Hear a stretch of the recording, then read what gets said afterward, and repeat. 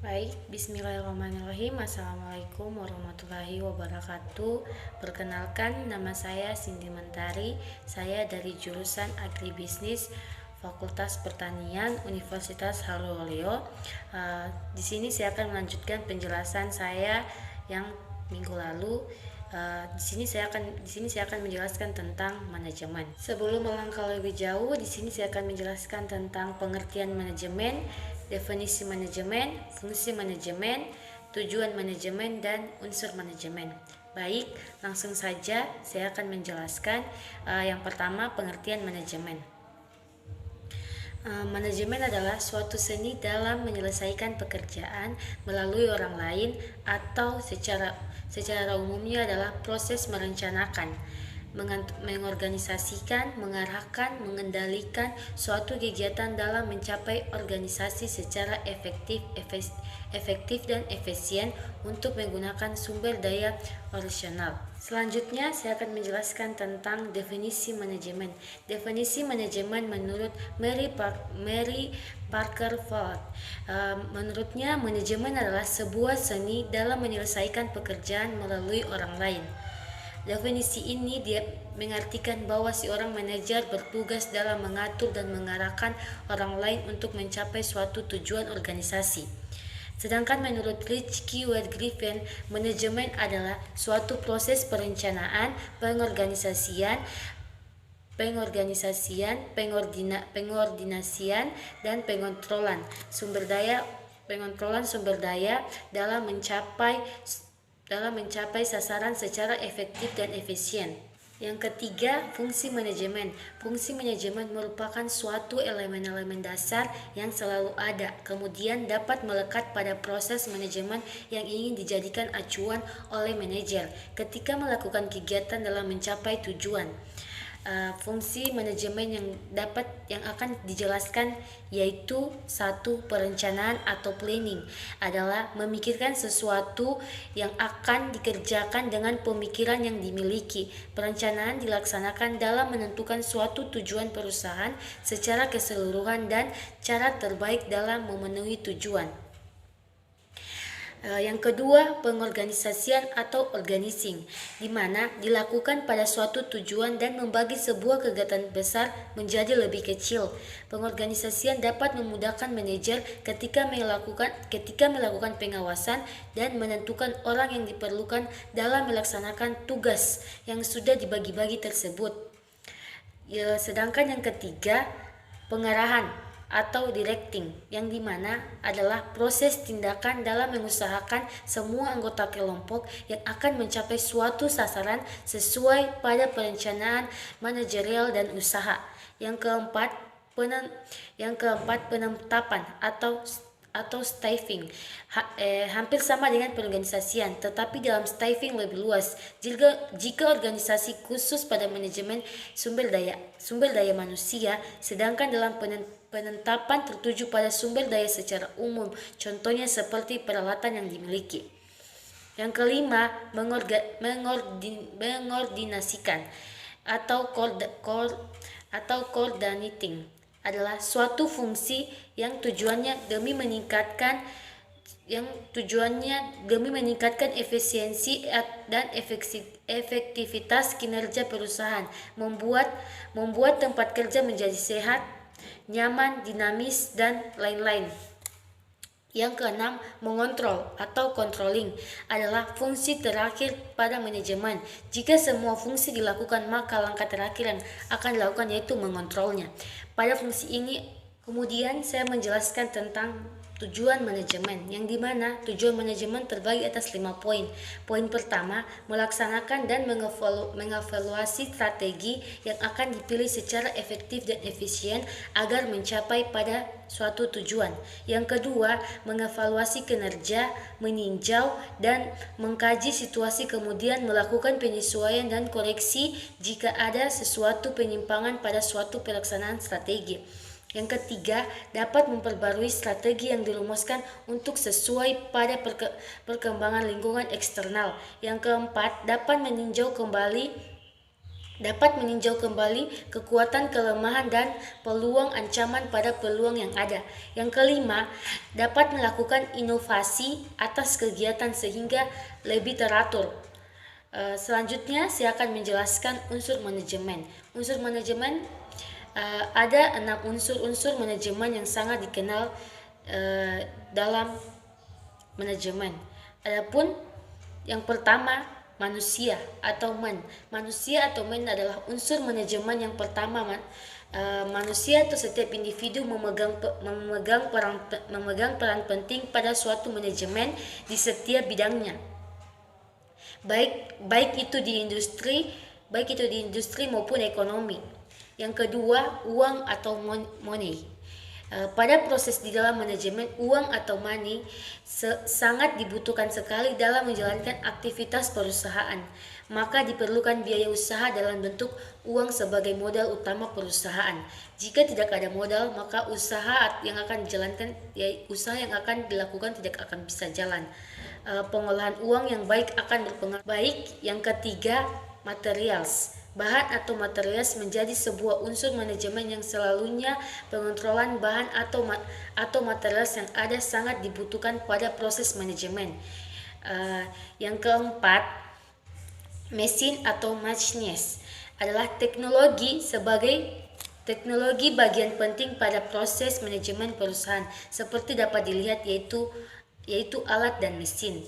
Mesin diharapkan dapat meningkatkan kinerja dan produktivitasnya yang lebih dibandingkan menggunakan tenaga manusia saja.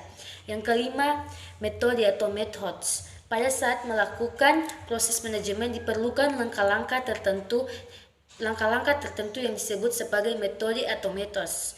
Metode yang baik dan tepat pasti menjadi sebuah unsur manajemen yang sangat penting agar pada setiap langkahnya berjalan efektif dan efisien. Yang keenam, pasar atau market. Pasar atau market tidak bisa dilupakan dan memiliki keterkaitan pada manajemen perusahaan dan industri. Baik, selanjutnya saya akan menjelaskan tentang manajer. Manajer yaitu orang atau sekelompok orang yang ditunjuk atau dipilih oleh pemilik perusahaan untuk pemimpin, menjalankan fungsi-fungsi manajemen perusahaan. Ada 3 tingkatan, yaitu 1. Manajer puncak atau top manager, yakni pemimpin tertinggi dalam perusahaan.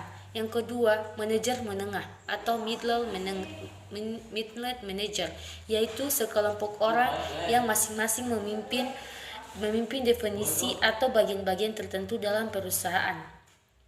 Dan yang ketiga, manajer rendah atau lower manager, yaitu kepala-kepala bagian atau seksi-seksi dalam perusahaan. Baik, selanjutnya saya akan menjelaskan tentang manajer. Manajer yaitu orang atau sekelompok orang yang ditunjuk atau dipilih oleh pemilik perusahaan untuk pemimpin, menjalankan fungsi-fungsi manajemen perusahaan. Ada 3 tingkatan, yaitu 1. Manajer puncak atau top manager, yakni pemimpin tertinggi dalam perusahaan. Yang kedua, manajer menengah atau middle manager, yaitu sekelompok orang yang masing-masing memimpin definisi atau bagian-bagian tertentu dalam perusahaan. Dan yang ketiga, manajer rendah atau lower manager, yaitu kepala-kepala bagian atau seksi-seksi dalam perusahaan. Mengelompokkan pekerjaan yang diperlukan dalam mencapai tujuan. Memilih orang-orang yang dianggap mampu melaksanakan masing-masing kelompok pekerjaan, memberi tugas kepada orang-orang sesuai keahlian dan keterampilannya, dan menjadwalkan pekerjaan, yakni menentukan apa yang akan dikerjakan, kapan dikerjakan, di mana akan dikerjakan. Yang ketiga, dalam actuating tercangkup 6M, yaitu memberi petunjuk bagaimana suatu pekerjaan yang akan melaksanakan dan suatu pekerjaan yang akan dilaksanakan, mengumpulkan informasi yang berkaitan dengan bahan-bahan dan teknologi. Yang kedua, mengatur ketersediaan dana yang diperlukan untuk membiayai pekerjaan. Selanjutnya, membeli bahan-bahan yang dibutuhkan dalam proyek dan memproses bahan-bahan yang telah tersedia. Selanjutnya sedangkan dalam controlling dilaksanakan 4M, yaitu mengidentifikasi ada tidaknya penyimpangan antara apa yang dilaksanakan dengan rencana yang ada, meluruskan atau memperbaiki kembali hal-hal yang menyimpang, menilai efisiensi dan efektivitas penggunaan sumbernya, serta mengukur proses dan hasil yang dicapai pada setiap tahapan rencana. Selanjutnya, tugas tambahan manajer. Sebagai pembaharu, seorang manajer harus secara kreatif dan inovatif untuk menemukan cara-cara baru dan cerdas untuk diterapkan dalam perusahaan yang dipimpinnya. Sebagai perwakilan dari perusahaan yang pemimpinnya sebagai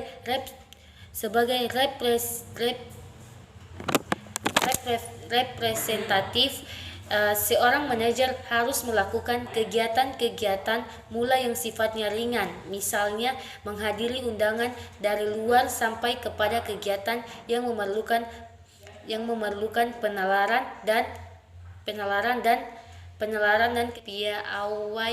kepiawaian yang tinggi, misalnya melakukan perundingan atau negosiasi dengan pihak lain. Selanjutnya, sumber daya dalam perusahaan.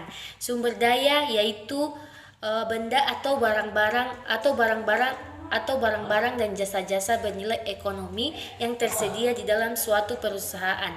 Jenis-jenis sumber daya dalam usaha perusahaan antara lain material,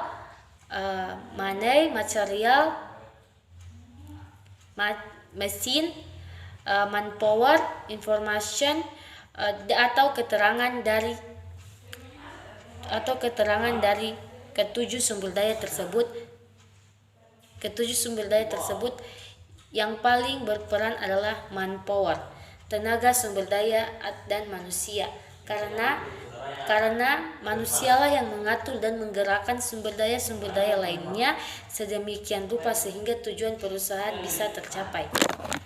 Selanjutnya, tujuan perusahaan, yang dimana tujuan yaitu apa yang ingin dicapai oleh perusahaan dalam jangka waktu tertentu. Pada dasarnya, tujuan pokok perusahaan adalah untuk memperoleh laba yang maksimum dari sumber daya yang dimiliki. Yang kedua, untuk mencapai tujuan pokok tersebut diperlukan tujuan-tujuan antara yang ditetapkan setiap jangka waktu tertentu oleh pemilik volume produksi, peningkatan kualitas produk, penurunan biaya produksi, serta peningkatan volume penjualan. Selanjutnya, tujuan lainnya yang dapat dikategorikan sebagai tujuan sampingan adalah perbaikan lingkungan fisik dan sosial, serta peningkatan ekonomi negara melalui pembayaran pajak, pemberian sumbangan untuk program pembangunan masyarakat, peraturan tenaga kerja, penerimaan devisa, dan sebagainya. Itulah penjelasan saya tentang manajemen dan manajer. Akhir kata saya ucapkan wabillahi taufiq wal hidayah. Wassalamualaikum warahmatullahi wabarakatuh. Jangan lupa